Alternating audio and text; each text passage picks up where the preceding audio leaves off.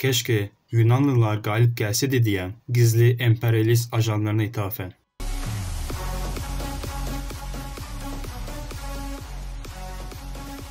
Atatürk sadece işgalci 7 düvele karşı zafer kazanmadı.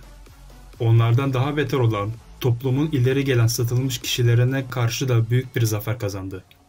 Zira bu kişiler kendi aralarında İngiliz mandası mı, Amerikan mandası mı daha iyi diye tartışan, memleketi çoktan gözden çıkarmış ve halkı direnişe karşı kışkırtan vatan hainleriydi.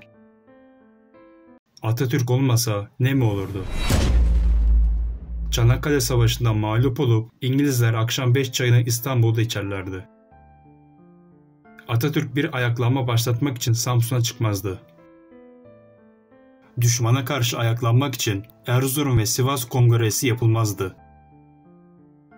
Ne İnönü zaferleri ne de büyük taarruz olurdu. Her ne kadar vatansever askerlerimiz ve Kuvayi Milliye ruhuna sahip vatandaşlarımız olsa da idealist bir lider olmadığı için ayaklanmalar bastırılırdı. İşgal güçleri tarafından kırsal alanlarda daha fazla cinsel saldırı ve yağma vakaları olurdu. 19 Ağustos 1920'de imzalanan Sèvres Anlaşması geçerli olur ve Anadolu böyle görünürdü. Osmanlı İmparatorluğu Ankara civarında küçük bir toprak parçasına sahip olurdu. Boğazlar her durumda tüm ülkelere karşı açık halde olur ancak kontrolü bizde olmazdı. Sınır hatlarının korunması ve iç güvenliğin sağlanması için Osmanlı asker sayısı sadece 50.000 ile tutulurdu. Ordunun denetimi ise İtilaf devletlerine verilirdi. Osmanlı hükümetinde zorunlu askerlik kaldırılırdı. Demiryolları ve iletişim ağları İtilaf devletlerinin kontrolünde olurdu. Osmanlı hükümetinin merkezi devletlerle ilişkisi olmazdı. İtilaf devletleri güvenliklerini tehdit edecek bir durum olduğunda stratejik herhangi bir yeri işgal etme hakkına sahip olacaklardı. Doğu Anadolu'da bir Ermeni devleti ile güneyde bir Kürdistan devleti olurdu. Zaten Sèvres Anlaşması'nda yazmasa bile Amerika, Orta Doğu'daki petrolleri sömürmek için 50 yıldır bir kukla Kürt devletini bölgede kurmak için uğraşıyor. Irak, Musul ve Arabistan İngiltere'ye, Şam ise Fransa'ya verilirdi. Hasta adam olarak tabir edilen Osmanlı bu şartlarda kolu ve bacağı kesilmiş, işlevsiz bir adama dönüşürdü. Atatürk'ün bize yaptığını elin gavuru bile yapmazdı. Dinimizi elimizden aldı. Haçlı sistemini ülkemize getirdi. Dedemizin mezar taşlarına okuyamıyoruz. Cahil bırakıldık diyen, kendini bilmez, sahte hocaları duyar gibiyim. Aslında bir nevi haklılar. Cumhuriyet ve demokrasi olmaz, saltanat ve halifelik devam ederdi. Yabancıların saltanatı kaldırmama sebebi, İslam halifesine korku ve baskı vererek Müslümanların çıkartacağı bir ayaklanmaya bastırmaktır. Toplumda demokrasinin getirdiği fikir özgürlüğü yerine ne olursa olsun padişahım çok yaşa diyen embesil bir toplumu kullanmak yabancıların elbette işine gelecektir. Latin alfabesi yerine Arap alfabesi yürürlükte olurdu.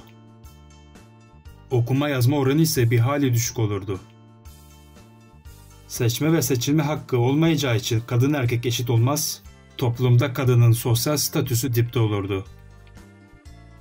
Devlet dairelerinde imza yerine mühür ya da parmak basma olurdu. Adalet sistemini hakimler değil kadılar sağlardı. Kılık ve kıyafetimiz modern şekilde değil, erkekler için şalvar, fez, gömlek, yelek ve kuşaktan, kadınlar için kılık kıyafet, peçe ve çarşaftan ibaret olurdu.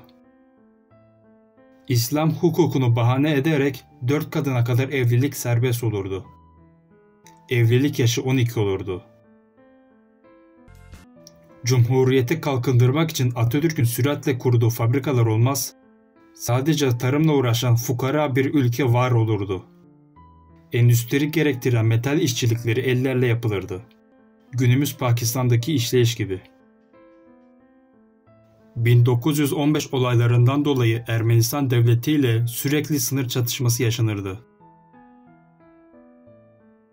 İkinci Dünya Savaşı'nda kapımıza kadar dayanmış Nazi ordusu, Anadolu'daki emperyalistlere ait toprak parçalarını da fethederdi.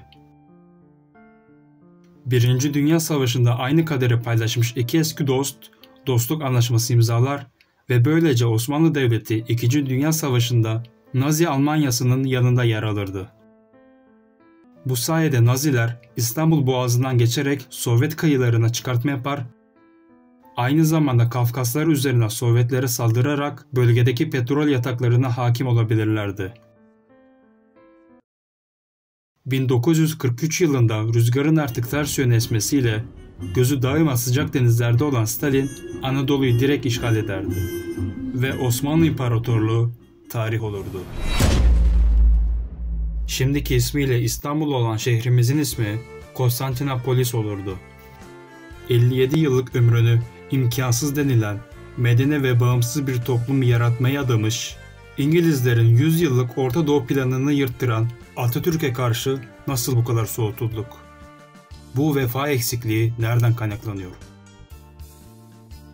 Çerkez, Laz, Kürt, Yörük ayrım yapmadan bir bütün olmayı öğrenmeliyiz. Atatürk bunu başararak milli mücadeleyi kazandı. Eğer bizler etnik kökenlere göre ayrım yaparsak, o zaman emperyalistlerin ekmeğine yağ sürmüş oluruz. Biz hepimiz güçlü Türk milletiyiz. Türk milleti zekidir. Elmayı bıçakla kesmek yerine elmanın içine artık kurt soktular.